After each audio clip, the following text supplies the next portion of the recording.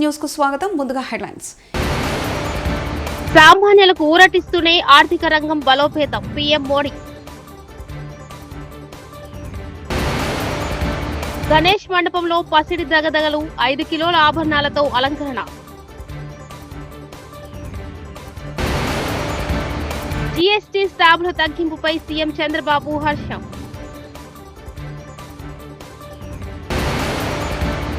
చిన్నప్పటి నుంచి నాకు నాన్నగారే స్ఫూర్తి బాలకృష్ణ.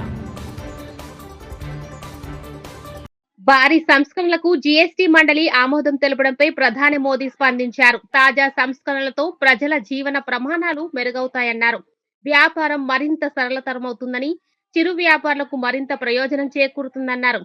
సామాన్య ప్రజలకు ఊరటనిస్తూనే ఆర్థిక రంగాన్ని బలోపేతం చేసేలా కేంద్ర ప్రభుత్వం సంస్కరణలకు శ్రీకారం చుట్టిందంటూ ఆయన ఎక్సోలో పోస్ట్ చేశారు. సామాన్యులు, మధ్యతరగతి వారు, రైతులు, మహిళలు, యువత, సూక్ష్మ, చిన్న, మధ్యతరగతి పరిశ్రమల వారికి ప్రయోజనం కలిగేలా కేంద్ర రాష్ట్ర ప్రభుత్వాలు ఉమ్మడి నిర్ణయం తీసుకున్నాయని ఆయన చెప్పారు. జీఎస్టీలో భారీ సంస్కరణలు తీసుకురాబోతున్నట్లు ఎర్రకోట వేదికగా తాను స్వాతంత్ర దినోత్సవాన ప్రకటించిన విషయాన్ని ఈ సందర్భంగా మోదీ గుర్తు చేశారు. జీఎస్టీ స్లాబ్లు తగ్గిస్తూ కేంద్రం తీసుకున్న నిర్ణయంపై ఆంధ్రప్రదేశ్ ముఖ్యమంత్రి చంద్రబాబు నాయుడు హర్షం వ్యక్తం చేశారు. ఈ మేరకు ఆయన తన ఎక్స్ ఖాతాలో పోస్ట్ చేశారు.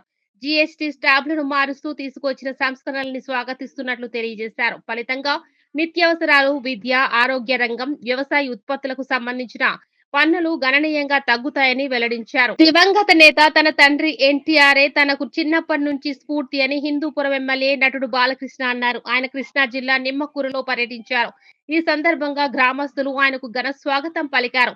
తొలుత నందమూరి తారక రామారావు, బసవ తారకముల విగ్రహాలకు పూలమాలలు వేసి నివాళులర్పించారు. అనంతరం గ్రామస్తులను పలకరిస్తూ యోగక్షేమాలు అడిగిన ఆయన మీడియాతో మాట్లాడారు.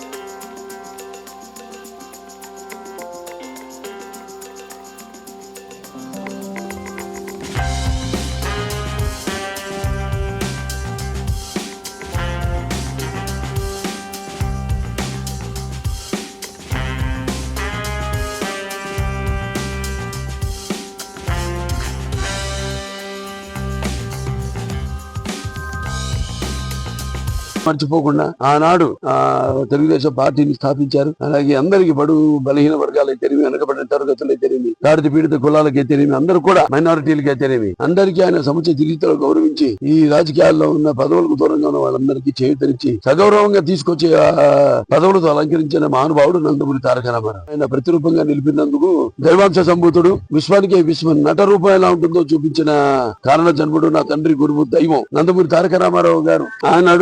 ఆయన నాకు చిన్నప్పటి నుంచి కూడా స్ఫూర్తి. ఏదో ఆయన దరిదాపులకి చేరుదాం అన్న ఒక అంటే చేసిన పాత్రలు అయితే విభిన్నమైన పాత్రలు, సాంఘికంలా కానివ్వండి, జానపదాలు కానివ్వండి, అలాగే ఆయన పౌరాణికాలు కానివ్వండి, ఇవన్నీ కూడా అంటే ఆయన నటిస్తుంటే పౌరాణికాలు ప్రాణం పోసుకున్నాయి. అలాగే జానపదాలు జాబులీలు పాడాయి, సాంఘికాలు సామసపర గమనాలు అయ్యాయి. అలాగే పాట రక్తి కట్టింది, పద్యం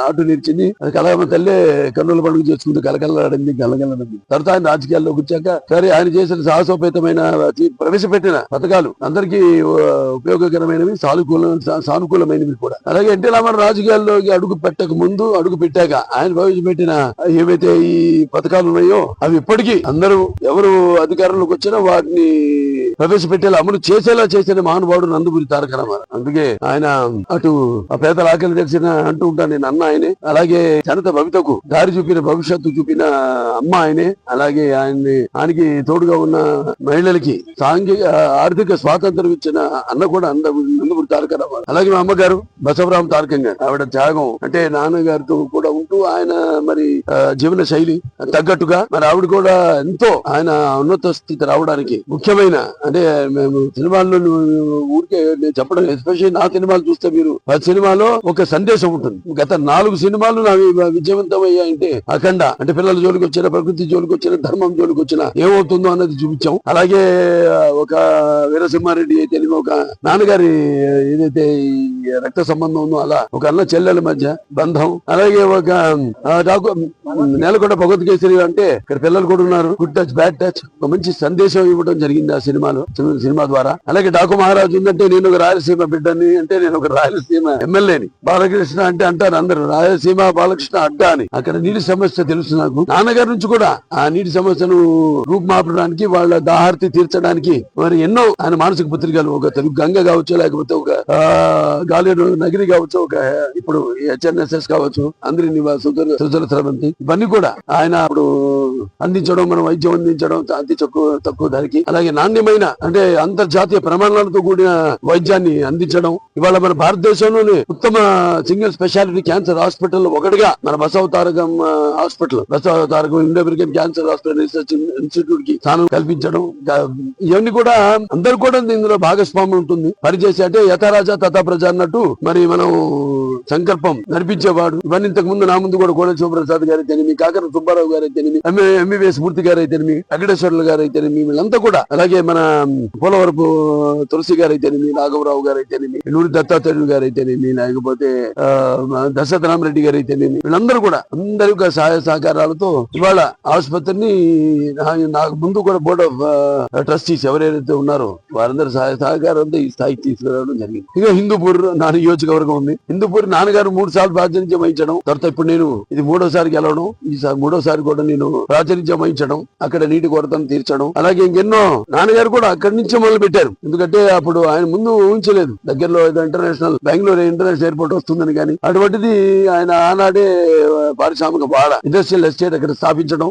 ఇవాళ భౌగోళికంగా దానికి ఎంతో ప్రాధాన్యతను సంతరించుకుంది హిందూపురం నియోజకవర్గం. ఇవాళ పరిశ్రమలు రావడానికి, అక్కడ స్థానికంగా ఉపాధి కల్పించడానికి అయితేనేమి కియా వచ్చింది, అలాగే ఇంకెన్నెన్నో బహుళజాతి సంస్థలన్నీ కూడా ఇప్పుడు రావడానికి ఉన్నాయి. ఆ పని మీదే నేను ఇటు ముందుగా మా వాళ్ళందరితో కలిసి ఏదైతే నాకు పద్మభూషణ్, అలాగే నాకు ఇప్పుడు book of world records London లో నా పేరు చేర్చడం, అంటే మొట్టమొదటి కళాకారుడు నేను మన భారతదేశం నుంచి. అలాగే నా సినిమా ఏదైతే నేలకొండ భగవత్ కేసరి అత్యుత్తమ 2023 గాను అత్యుత్తమ రీజనల్ లాంగ్వేజ్ మన తెలుగు భాషకి అత్యుత్తమ చిత్రంగా దాన్ని అన్ని ఒకదాని వెనక ఈ విజయాలు దక్కడం, అంటే నా విజయాలుగా భావించను, ప్రజల విజయాలుగా భావిస్తాను నేను ఎప్పుడు. ఏదైనా ఎందుకంటే ఎప్పుడు అంటుంటాను, ఏదైతే పదవులకు నేను అలంకారమో గానీ పదవులు నాకు ఎప్పుడు అలంకారం కాదని. కానీ ఇదేంటంటే ఇంకా మంచి సినిమాలు తీయండి, లేకపోతే మంచి కార్యక్రమాలు, మంచి సినిమాలు తీయండి, ఇంకా మంచి చూడడానికి మేము ఉన్నాం అని మనం ఇవ్వాలి. ముందు ఏదైనా సాహసఫుల్ అయితే అటువంటి సినిమాలు ఆయన ముందు ఆలోచనతో తీయడం జరిగింది. అలాగే ఏదైనా మనం పూనుకోవాలి. ముందు మనం ఏమి దేశం మనకేం చేసిందని కాదు, మనం దేశానికి ఏమి చేశాం అన్నది ముఖ్యం. సో అలాగా ఈ యొక్క మంచి ఇవన్నీ కూడా ఒకసారి మా కుటుంబ సభ్యులు, అంటే మా ఇక్కడ గ్రామస్తులు అయితే మీ అందరితో కూడా సంతోషాలన్నీ పంచుకోవాలని ఇక్కడికి నిన్నదాకా నేను అఖండ డబ్బింగ్ లో ఉన్నాను. హిందీ తెలుగు ఎప్పుడో చెప్పేసాను, అది 5 రోజులు పట్టింది, 4 రోజులు అయిపోయింది. అంటే నేను చెప్పేది ఆ రోజుల్లో రాజకీయాల్లో నిలదొక్కుకోవడానికి వాస్తవాలు కాకపోయినా నేను హరీష్ రావు మీద విమర్శలు చేశాను. ఆ విమర్శలు అవాస్తవం, నాది తప్పు అని కూడా అప్పుడే ఒప్పుకున్నాను. కొందరు దద్దమ్మలు ఆ పాత వీడియోలను ఇప్పుడు తిప్పుతున్నారు. ఆ సన్యాసులకు చెప్పులతో సన్మానం చేస్తాం. అప్పుడు మల్లన్న సాగర్ విషయంలో నేను తప్పు మాట్లాడాను. హరీష్ రావు దగ్గర మీరు చేసింది కరెక్ట్, నేను చేసింది తప్పు అని ఒప్పుకున్నాను. అప్పుడు నేను కాంగ్రెస్ పార్టీలో ఉండి మల్లన్న సాగర్ మీద కొట్లాడినా కూడా నా తప్పుడు ఒప్పుకున్నాను. వంటేరు ప్రతాప్ రెడ్డి. వాస్తవంగా కూడా నేను గతంలోనే హరీష్ రావు గారికి వాస్తవాలు చెప్పా. మల్లన్న సాగర్ ఇనాగ్రేషన్ లో నేను మల్లన్న సాగర్ మీద ఫైట్ చేసినప్పుడు నేను చేసింది తప్పు కావచ్చు, మీరు చేసిందే రైటు. ఇవాళ తెలంగాణకు కాళేశ్వరం వచ్చిందంటే, తెలంగాణకు గోదావరి నీళ్లు వస్తున్నాయి అంటే మీరు చేసింది రైటు, నేను చేసింది రాంగ్ అని చెప్పి ఆ రోజు నేను హరీష్ రావు గారికి చెప్పా. ఆ నీళ్లు పంపులు దుక్కుతున్నప్పుడు తెలంగాణ ప్రజల యొక్క ఆత్మ గౌరవాన్ని పెంచిట్లో అటు కేసీఆర్ ఇటు హరీష్ రావు గారు చేసిన కృషిని నేను ప్రశంసించిన. అక్కడ రాజకీయాల్లో భాగంగానే నేను ఆ రోజు మాట్లాడిన వాస్తవాలు కాకపోయినప్పుడు కూడా రాజకీయంగా నిలదొక్కుకోవడానికి నేను మాట్లాడిన మాటలు. కానీ కొంతమంది కాంగ్రెస్ పట్టే భాషలు నిన్న మొన్న దాన్ని సోషల్ మీడియాలో పెట్టి వైరల్ చేస్తా ఉన్నారు. ఆ పట్టే భాషలకు నేను విజ్ఞప్తి చేస్తున్నా, అనవసరంగా రాజకీయాల్లో కానీ న్యాయ విషయంలో కానీ ఎంటర్ అయితే మీకు చెప్పులతో సన్మానం తప్పదని చెప్పి సందర్భంగా సీరియస్ గా నేను హెచ్చరిస్తున్నా. రాజకీయంగా హరీష్ రావుని ఎదుర్కోండి, రాజకీయంగా బీఆర్ఎస్ పార్టీని ఎదుర్కోండి, రాజకీయంగా మమ్మల్ని ఎదుర్కోండి. సౌటలు దద్దమ్మలు చేసే పని సోషల్ మీడియా ఉంది కదా అని చెప్పి ఇష్టం వచ్చినట్టు వాడుకుంటే తప్పకుండా మీకు రేపు జరిగే లోకల్ బాడీ ఎలక్షన్లలో డిపాజిట్లు కూడా రానియమని చెప్పి సందర్భంగా సీరియస్ గా హెచ్చరిస్తున్నా. నేను ఏదేమైనా బీజేపీ కాంగ్రెస్ పార్టీ నాయకులు మీరు ఇద్దరు ఒక్కటైనా కూడా మీకు రాష్ట్ర వ్యాప్తంగా కూడా డిపాజిట్లు కూడా రావు. నరేంద్ర మోడీ వచ్చేటో దేకినా కూడా, రేవంత్ రెడ్డి గారి మోకాళ్ళ మీద పనిచేసినా కూడా మీకు ప్రజలు తిరస్కరించుడు, ప్రజలకు దగ్గర రానియని చెప్పి సందర్భంగా హెచ్చరిస్తూ రెండు ముచ్చట్లు చెప్తున్నా. లాస్ట్ కి 8 మంది బీజేపీలను గెలిపించారు, 8 మంది కాంగ్రెస్ లను గెలిపించారు. కానీ 16 మంది కూడా ఈ రాష్ట్ర రైతాంగానికి కనీసం యూరియా ఇవ్వలేనటువంటి పార్లమెంట్ సభ్యులు. మీకు నైతికత ఉంటే, సిగ్గు శరం ఉంటే, సీము నెత్తులు ఉంటే రాజీనామా చేయండి, మళ్లీ ఎలక్షన్లకు రండి.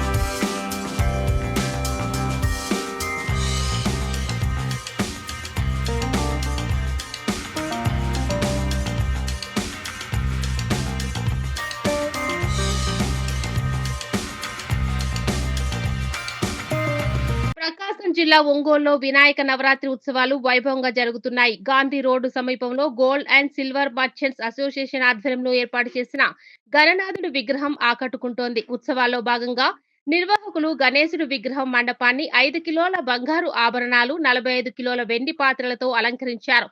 108 రకాల ప్రసాదాలను నైవేద్యంగా సమర్పించారు.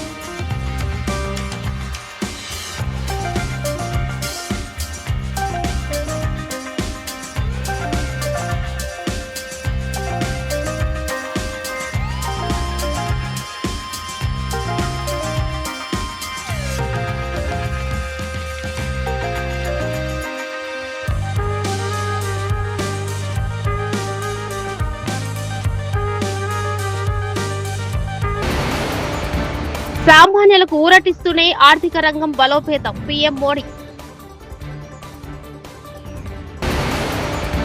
గణేష్ మండపంలో పసిడి దగదగలు 5 కిలోల ఆభరణాలతో అలంకరణ.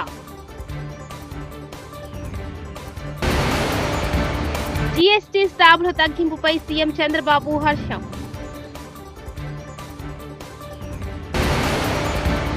చిన్నప్పటి నుంచి నాకు నాన్నగారే స్ఫూర్తి బాలకృష్ణ. ఇవి బులెటిన్ విశేషాలు.